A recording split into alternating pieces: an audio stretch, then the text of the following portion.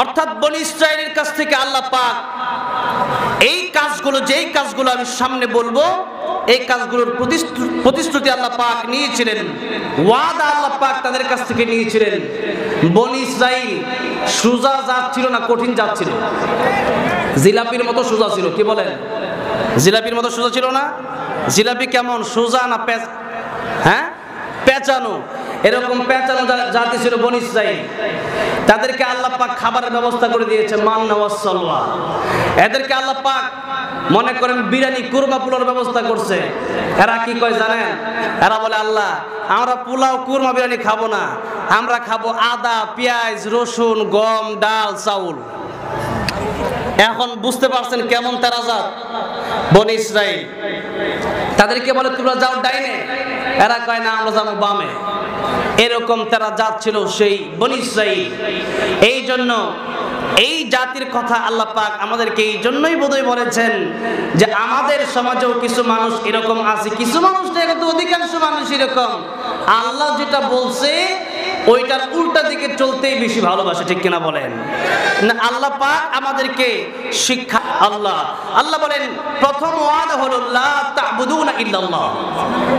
প্রথম ওয়াদা হলো আল্লাহ ছাড়া কারো ইবাদত করা যাবে না। আল্লাহ ছাড়া কারো ইবাদত করা যাবে না। ইবাদত ব্যাপক শব্দ। আপনার জীবনে আপনি খাবেন, সেখানে ইবাদত আছে। আপনি ঘুমাবেন, সেখানে ইবাদত আছে। আপনি রাস্তায় হাঁটবেন, ইবাদত আছে। মসজিদে যাবেন, ইবাদত আছে। টয়লেটে যাবেন, সেখানেও ইবাদত আছে। ব্যক্তিগত জীবনে ইবাদত আছে, পারিবারিক জীবনে ইবাদত আছে, রাজনৈতিক জীবনেও ইবাদত আছে না নাই? অনেকেই বলে যে রাজনীতি হুজুররা কেন করে? আরে রাজনীতি তো আমাদের নবী মুহাম্মদুর রাসূলুল্লাহ সাল্লাল্লাহু আলাইহি ওয়াসাল্লাম করেছেন, সুতরাং আমরাও রাজনীতি করব, এটাই স্বাভাবিক, ঠিক কিনা বলেন? এই সময় আমাদেরকে বলে হুজুর সব কথা বলবেন, রাজনীতির কথা বলবেন না। আমরা বলি রাজনীতির কথা আমরা বলবো না, কিন্তু কোরআন হাদিসে যেটা আছে ওইটা আমরা বলবো। কোরআন হাদিসে রাজনীতির কথা আছে, এই জন্যই বলবো। কারণ সমাজ কিভাবে চালাবেন, রাষ্ট্র কিভাবে চালাবেন, দেশ কিভাবে চালাবেন, ওই কথা কোরআনে আছে না নাই? শুধুমাত্র আছে নাকি? সুলাইমান আলাইহিস সালামের রাজত্বের বড় বড় ঘটনা আল্লাহ পাক কোরআন শরীফে বর্ণনা করে শিখিয়ে দিয়েছেন রাজনীতি কিভাবে করা লাগবে। কিন্তু আল্লাহ রাব্বুল আলামিন জালেমের রাজনীতি আমাদেরকে শিক্ষা দেন নাই। আমাদেরকে সুন্দর সুশীল সমাজ গড়ার লক্ষ্যে যেই রাজনীতি করতে হবে এটা আল্লাহ কোরআনে শিক্ষা দিয়েছেন, আমাদের নবীজি আমাদেরকে শিক্ষা দিয়ে গিয়েছেন। সুতরাং রাজনীতি কোরআন শরীফে নাই, এই কথা কেউ বলতে পারবে না। যদি বলে ইমানের সমস্যা হয়ে যাবে। কোথায় সমস্যা হয়ে যাবে? হ্যাঁ, এই জন্যই বুঝতে হবে সবই আছে। একটা মানুষ তার জন্মের পর থেকে নিয়ে মৃত্যু পর্যন্ত সে যা করবে প্রত্যেকটা ব্যাপারে কোরআন শরীফ ঘোষণা দিয়েছেন স্পষ্ট, এমন কোনো বিষয় নাই এটা আল্লাহ পাক কোরআন শরীফে মানুষের জন্য দেয় নাই। প্রত্যেকটা কাজে, প্রত্যেকটা ক্ষেত্রে, আপনার পারিবারিক জীবনে, আপনার ব্যক্তিগত জীবনে, রাজনৈতিক জীবনে, প্রত্যেকটা জায়গায়, প্রত্যেকটা সেক্টরে সেক্টরে আল্লাহ রাব্বুল আলামিন কোরআন শরীফ আমার জন্য, আপনার জন্য দিয়ে দিয়েছেন। এখন আসেন, ইবাদত করবেন তাহলে শুধুমাত্র নামাজের সময় নাকি সব সময়? সব সময়, অল টাইম ইবাদত করতে হবে, সব সময়। শুধুমাত্র নামাজ পড়লাম আর খবর নাই, নামাজও পড়লাম সুদও খাইলাম, বলেন তো নামাজ হবে? নামাজও পড়লাম, ঘুষও খাইলাম, হজ করতে গেলেন, হজ কবুল হবে? যেই টাকা আপনি হারাম ইনকাম করলেন, যাকাত দিলেন, যাকাত কবুল হবে? হারাম ইনকাম করার পরে কোন ইবাদত কবুল হবে না, কোন ইবাদত কবুল হবে না। আপনি হারাম ইনকাম করেছেন, নামাজ পড়েছেন, কবুল হবে না। রোজা রেখেছেন, কবুল হবে না। দোয়া করবেন, দোয়া কবুল হবে না। হজ করবেন, আপনার কবুল হবে না। এই জন্য হারাম থেকে আজকের এই মুহূর্ত থেকে এক একটা কথা বলবো, কতটুকু কথা আমি বলতে পারবো জানি না, হয়তো আয়াতের প্রথমাংশ বলতে বলতে আমার সময় শেষ হতে পারে, কিন্তু কথাগুলো যতক্ষণ বলবো প্রত্যেকটা পয়েন্ট মনে রেখে রেখে আজকের এই মাহফিল থেকে প্রতিজ্ঞাবদ্ধ হতে হবে যে প্রত্যেকটা কথা আমরা জীবনে মেনে নিব, বাস্তবায়ন করব ইনশাআল্লাহ। এবার আসেন, তাহলে ইবাদত করার জন্য আমাদের এই জীবনে সর্বপ্রথম শর্ত কি? হারাম। হারাম আমাদের ছেড়ে দিতে হবে। সুদ খাওয়া যায়, ঘুষ খাওয়া যায়, আপনার কাছে অভাব নাই, আপনি চাইলে আপনি হারাম ইনকাম করতে পারেন, খেতে পারেন, কিন্তু আপনি আল্লাহর জন্য ছেড়ে দিয়েছেন, কিয়ামতের ময়দানে আল্লাহ আপনাকে জান্নাত দিবেন। সুবহানাল্লাহ। এখন আমাদের সমাজে এত পরিমাণ হারাম, জুয়া আছে, ওয়াল টাইম বিশেষ করে যুবক ভাইরা এখন লুডো খেলে। কি খেলে? লুডো খেলা মনে হয় নাই, লুডো খেলা নাই, নাটুর মনে হয় লুডো কেউ খেলে না।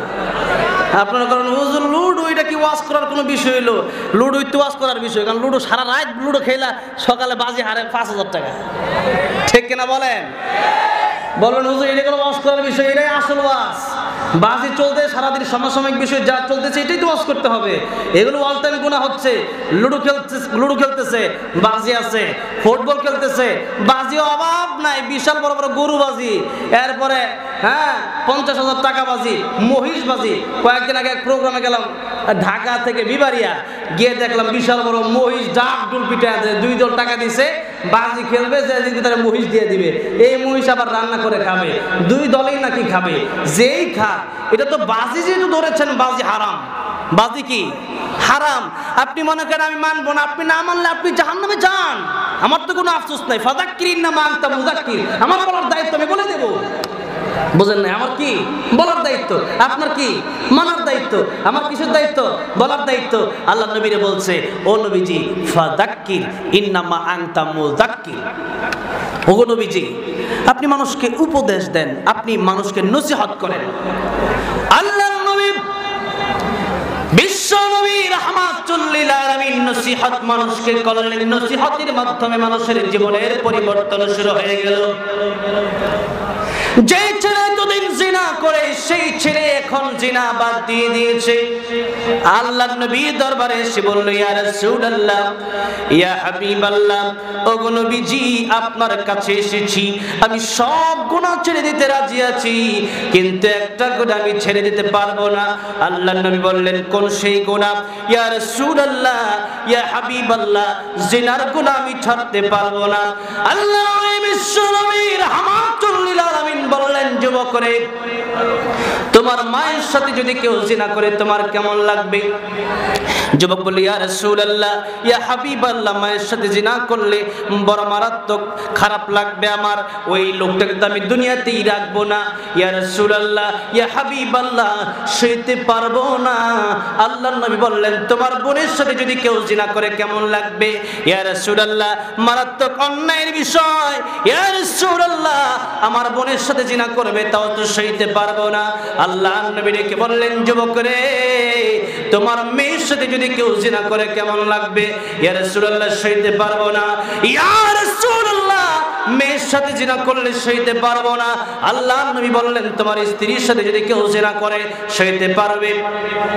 যুবক ডেকে বলল, ইয়া রাসূলুল্লাহ, ইয়া হাবিবাল্লাহ, ওগো নবীজি, আমার স্ত্রী, আমার মা, আমার বোন, আমার মেয়ে, এগুলো সবাই তো আমার খুব কাছের মানুষ, রক্তের মানুষ। তাদের সাথে কেউ জিনা করলে তাদেরকে দুনিয়াতে বাঁচতেই তো আমি দেব না। আল্লাহর নবী ডেকে বললেন, যুবক রে, তোমার মায়ের সাথে যদি কেউ জিনা করে, তোমার বোনের সাথে যদি কেউ জিনা করে, তোমার স্ত্রীর সাথে যদি কেউ জিনা করে, তোমার মেয়ের সাথে যদি কেউ জিনা করে, তোমার যেমন কষ্ট হয়, আরেকজনের বোনের সাথে তুমি জিনা করবে, আরেকজনের মায়ের সাথে তুমি জিনা করবে, আরেকজনের স্ত্রীর সাথে তুমি জিনা করবে, আরেকজনের বোনের সাথে তুমি জিনা করবে। যেই মেয়ের সাথে তুমি জিনা করবে, হয়তো কারো বোন হবে, নয়তো কারো স্ত্রী হবে, নয়তো কারো মেয়ে হবে, নয়তো কারো মা হবে। এই 4টার বাইরে কোনো মেয়ে হতে পারে নাকি? এই 4টার বাইরে কোনো মেয়ে হতে পারে না। আর যুবক, এই 4জন মানুষের সাথে তুমি যদি জিনা করো, তোমার যেরকম কষ্ট হয় তোমার মায়ের সাথে, তোমার বোনের সাথে, তোমার মেয়ের সাথে, তোমার স্ত্রীর সাথে জিনা করলে, আরেকজনের স্ত্রী, আরেকজনের মা, আরেকজনের বোন, আরেকজনের মেয়ের সাথে তুমি যদি জিনা করো, আরেকজনের কষ্ট হবে। যেই মাত্র যুবককে কেবলমাত্র আল্লাহর নবী নসিহত করলেন, এমন সময় যুবক বলল, ইয়া রাসূলুল্লাহ, ইয়া হাবিবাল্লাহ, গো নবীজি, এই মুহূর্তে আপনার নসিহত শুনে আমার বড় ভালো লেগেছে, আপনার ওয়াজ আমার বড় ভালো লেগেছে। যেমন কোনদিন কোন মানুষ এত সুন্দর করে আমার বলে নাই, ইয়া রাসূলুল্লাহ, ইয়া হাবিবাল্লাহ, আপনার কথা আমার বড় ভালো লেগেছে। এই মুহূর্তে আপনার সাথে ওয়াদা করলাম, তওবা করলাম, আপনি যে কথা আমাকে বলেছেন আর জীবনে কোনোদিন আমি জিনার দ্বারে কাছেও যাব না। কিসের মাধ্যমে? কিসের মাধ্যমে? নসিহতের মাধ্যমে, কোরআন শোনার মাধ্যমে তারা এরকম পরিবর্তন হয়ে গিয়েছে।